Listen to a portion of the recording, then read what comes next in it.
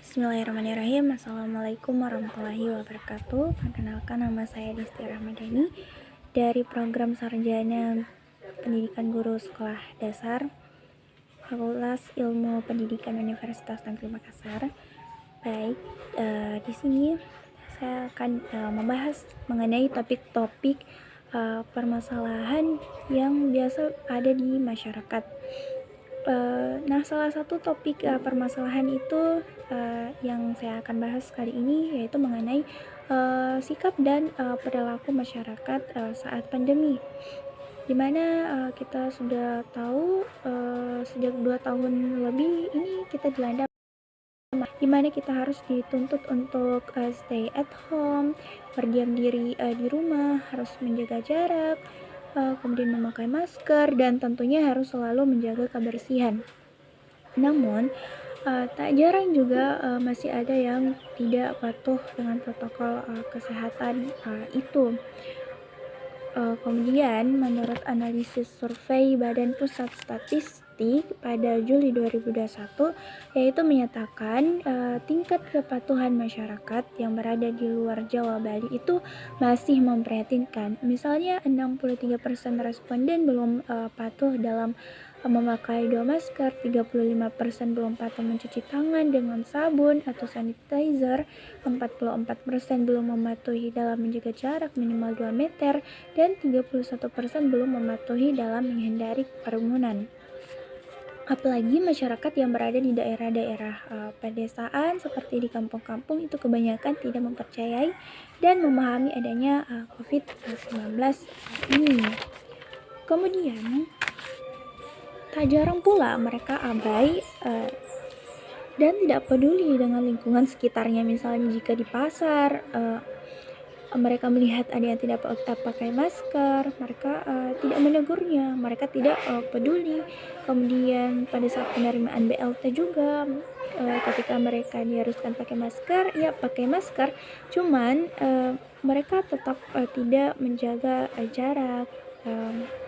Mereka berkerumun, berdesak-desakan. Hal itu pun juga menjadi perilaku yang kurang baik. Itu artinya mereka tidak taat pada aturan protokol kesehatan.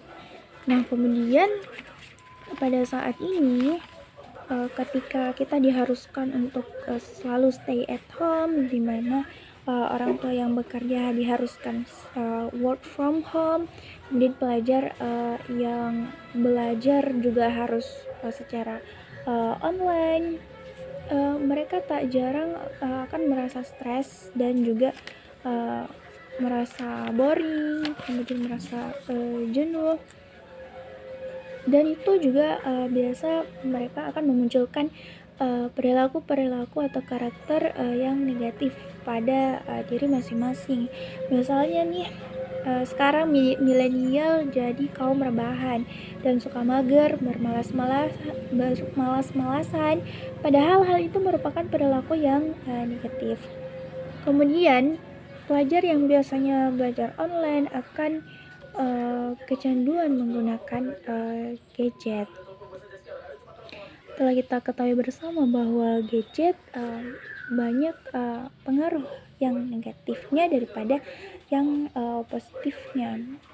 Ketika anak-anak yang memakainya, mereka belum tahu dan belum memfilter penggunaan gadget yang mereka tidak tahu mana yang harus mereka lihat dan mana yang tidak.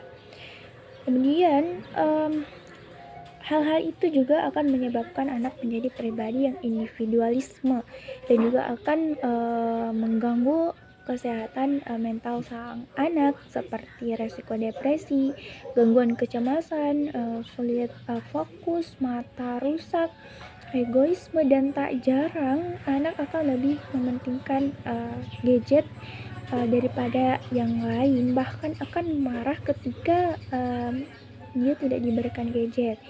Kemudian selain pada anak, perilaku ini juga terjadi pada orang tua. Misalnya stres dengan anaknya yang harus diajarin belajar, atau dengan sifat kenakalannya, dan lain-lain. Tidak jarang pun hal itu akan memunculkan tindak kriminal, misalnya pembunuhan, penyiksaan, dan lain-lain. Nah, selain itu juga terjadi banyak perilaku-perilaku menyimpang di masa pandemi ini, seperti dia juga harus memenuhi kebutuhannya sehari-hari. Kemudian ada juga tindak kriminal yang paling memalukan. Ini sih bukan tindak kriminal, tapi perilaku yang menyimpang yang paling memalukan.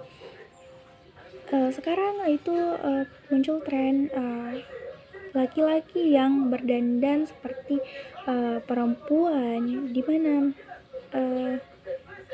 dia berdandan seperti perempuan, dan bahkan mereka juga mengganti jenis kelamin perempuan, nauzubillah. Dan sekarang juga ada berita yaitu pernikahan sesama jenis. Nah, semua ini itu merupakan hal-hal perilaku-perilaku yang negatif. Nah, kita perlu sadar dalam hal ini. Kita sebagai penerus bangsa harusnya sadar perilaku-perilaku yang mana yang patut kita contohi dan mana yang tidak. Dan kita seharusnya berfokus pada perilaku di mana perilaku ini menunjukkan perilakulah yang akan membangun negeri ini, di mana generasi penerusnya ketika akhlaknya mulia, pastilah negeri ini juga akan mulia kelak. Tapi kalau akhlak generasi mudanya bobrok, ya negeri ini juga pun akan bobrok.